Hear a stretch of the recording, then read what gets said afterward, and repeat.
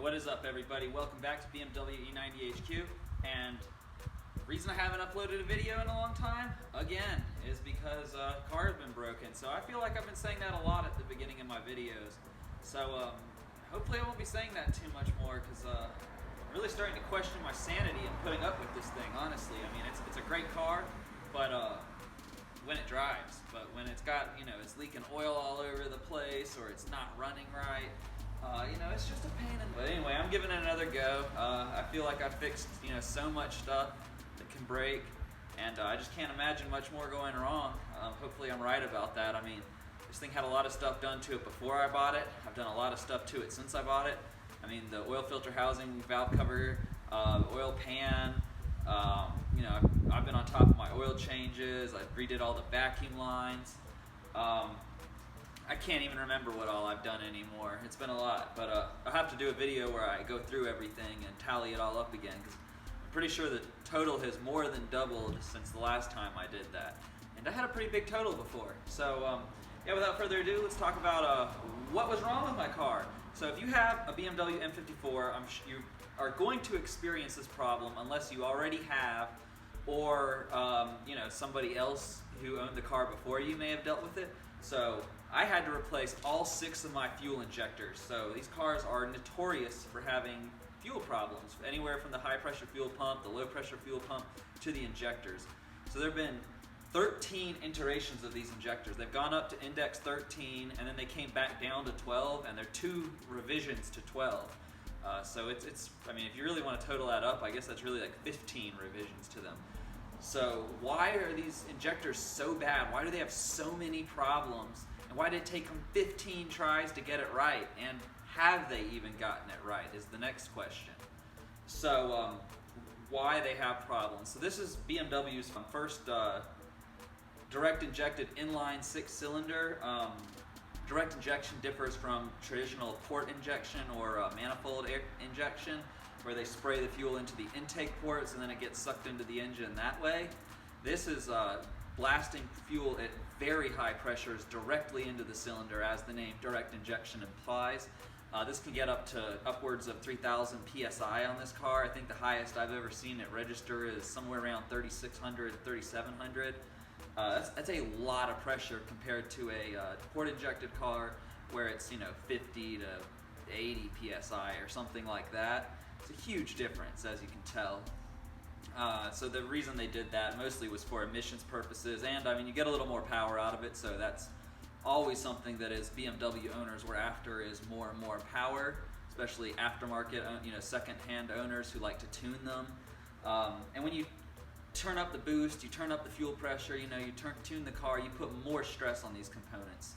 And some of the older versions even have like a little screen in them that can get clogged. So the 2 common problems with the injectors is they either clog or they get stuck open. So how I figured out mine were bad was I parked my car, I came home as I always do. The car was not driving poorly or anything, just fine. And I pulled the car in, I parked it, and came out a little bit later to get something out of the car, and my garage reeked of gasoline. It was horrible. Now, I knew that my injectors were starting to go pretty much since about 4 months after I bought the car. I'd get rough cold starts and sometimes smell a little bit of fuel on the cold starts, but then it would go away after 10 seconds. The car would be fine, and it didn't seem to be getting any worse. So I just ran my Techron through it every oil change and just considered it a day. But when I came out and it smelled like oil, I freaked out. I got on the forums. They were talking about the fuel sending unit in the back, so I pulled out the back seat, checked it out. It was all fine. Not a hint of fuel anywhere. There was dust everywhere, and if there had been fuel, the dust wouldn't have been there. So I knew that wasn't the problem. Called my mechanic. He said that he thought maybe the fuel rail had busted a leak. But when I got it there, he said, nope, he looked at it, he said, it's your injectors. They were index 7s, and now these are 12s. So, they've had, what, five iterations in between them. So yeah, I just wanted to kind of just tell you what's going on. Another thing I also got, I'm going to go ahead and take you off the tripod and show you what I'm doing next with the car. It's nothing too exciting, but yeah, let's do that. So there in the back seat, there's one tire. That's a 225/40. That's a Firestone Firehawk. And then I have the other one in here. So yeah, these are both 225 4018s. Those will be going on the front wheels. They match my 255 35 18 Firestone Firehawks on the rear that I've probably had on there about 6 months or so now. See, these front tires, I didn't replace them at the time, just, you know, because they were still had pretty good tread, but I mean, if you look under there, I don't know how much you can see, but there isn't much left there. And on the other side, I think, other wheel, I mean, it's even worse. I mean, look at that. There isn't any tread left. That's not safe. It's starting to get into winter time. It can be more rain. And yeah, these are just those Bridgestone run flats. I think they're the recommended tire from BMW. So yeah, that'll be the next thing I'm doing. And then after that, I really want to do something about those paddles. I mean, they're just, you know, those are crappy paddles. There isn't any other way to cut that. And I'd also like to get spacers on the front and on the back.